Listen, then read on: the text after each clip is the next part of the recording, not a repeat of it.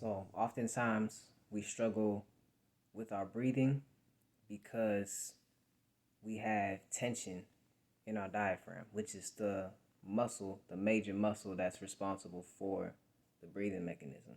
So if that's tense, you can imagine, right? That's gonna stifle your breathing. That's gonna affect your breathing in a negative way.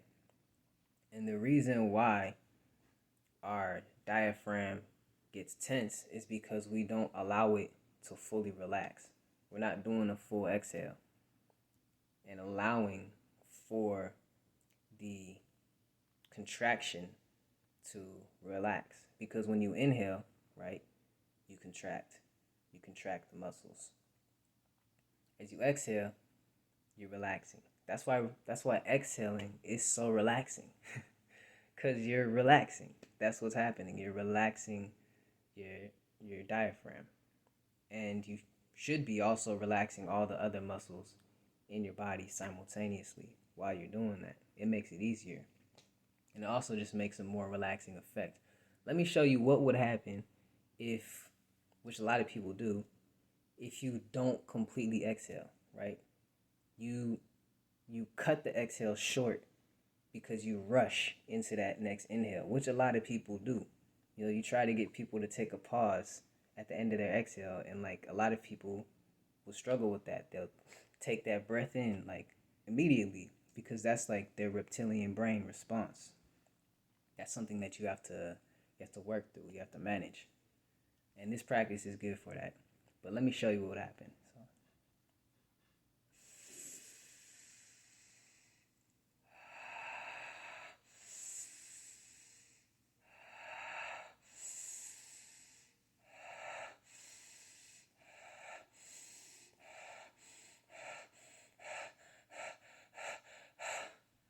hyperventilation, right? Because you're tight, you're tense, and like you're not able to completely relax. And then this is where you start feeling tight in your chest. You start feeling dizzy. You start your mind starts going all erratic. Your emotions start going all erratic. You start getting like tingly. You start getting blurry eyed, right? So you want to allow for that relaxation of the diaphragm. You want to breathe in,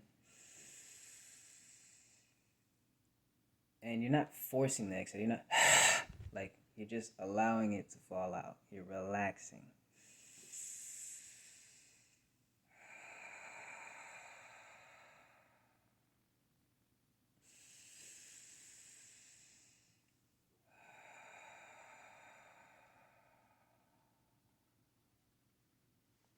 You'll notice how I'm like kind of crunching forward on the exhale and then like arching back on the inhale, exaggerating that motion.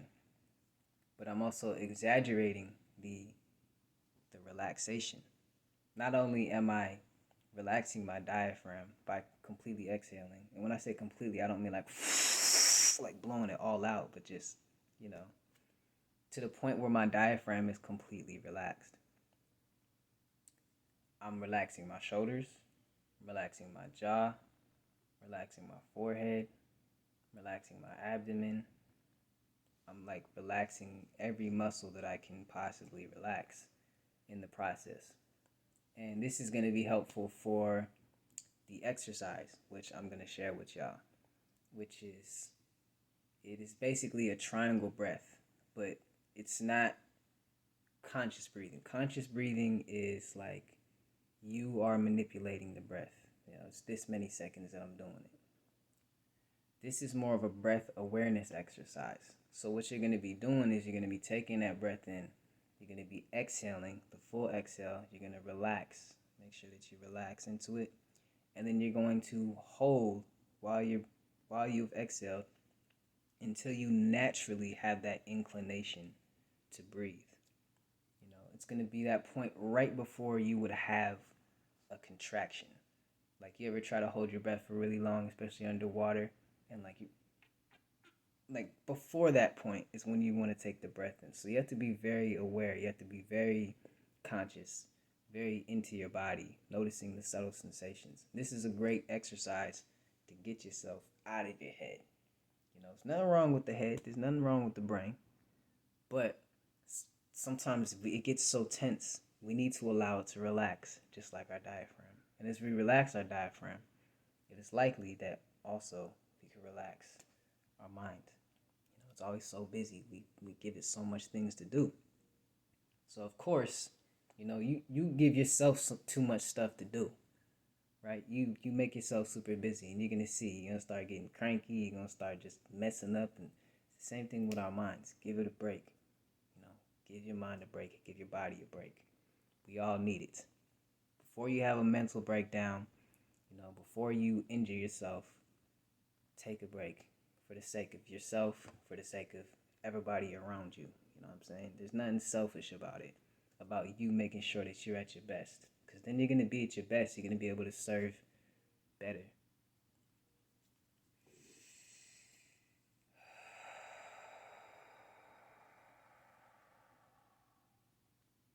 So what I personally like to wait for, I get this tight kind of sensation in my throat and in my chest.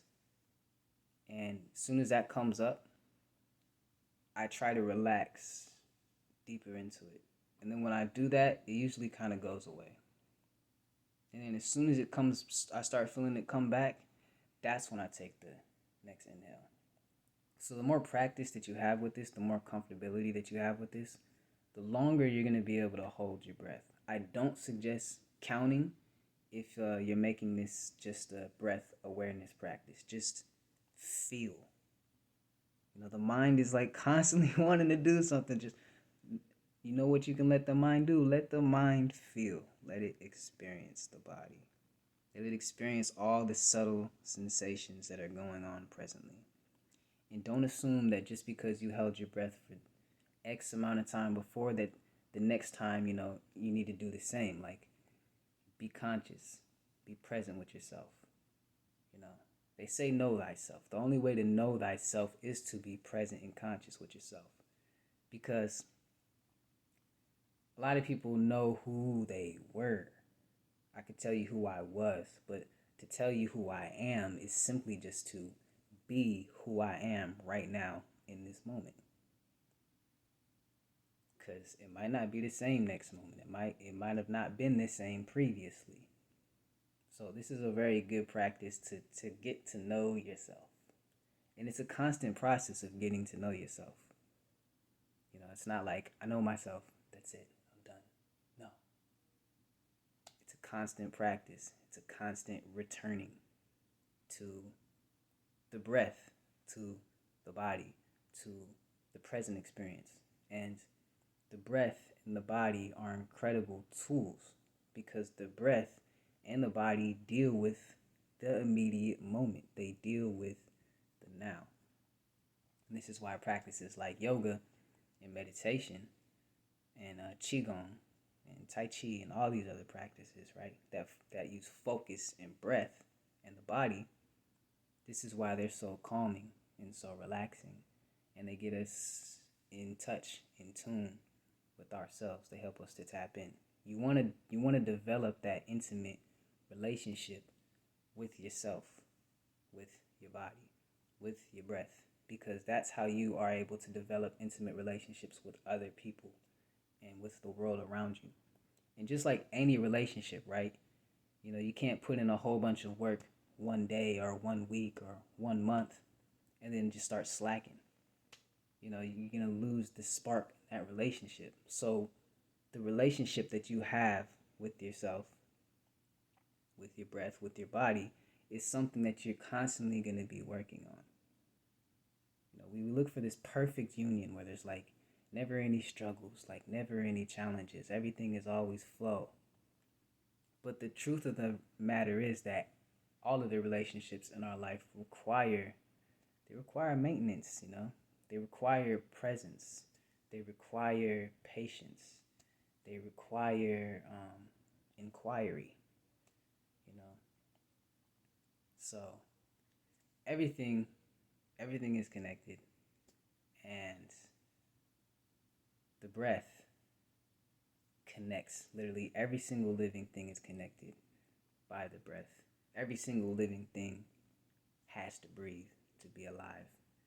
And if you can get into intimate connection and understanding with the most foundational sustenance, the most foundational process within life, then it will translate into everything, into every single thing. So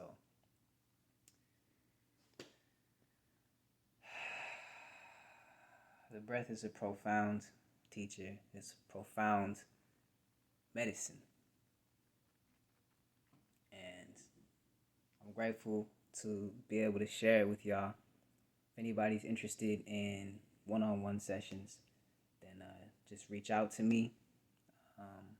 Also, I'm going to be doing 2 classes a month that I'm going to be putting out, and they're going to be recorded so you can watch them anytime on my membership program, and you can access that through Patreon. You can also just access that through hitting me up, DM me. There's also a link that I have on my I'll have it on YouTube too, because I'm putting this video on YouTube and Instagram. I'll put the link below to where you can access where you can reach out to me for the members page if you're interested in that. And yeah, so if you're on YouTube, follow me on Instagram. If you're on Instagram, follow me on YouTube. I'm just going to continue to share the breath, share living foods, share my poetry, share my music, share just whatever, just share myself. And hopefully, make some good connections and be able to share some good insights. And yeah.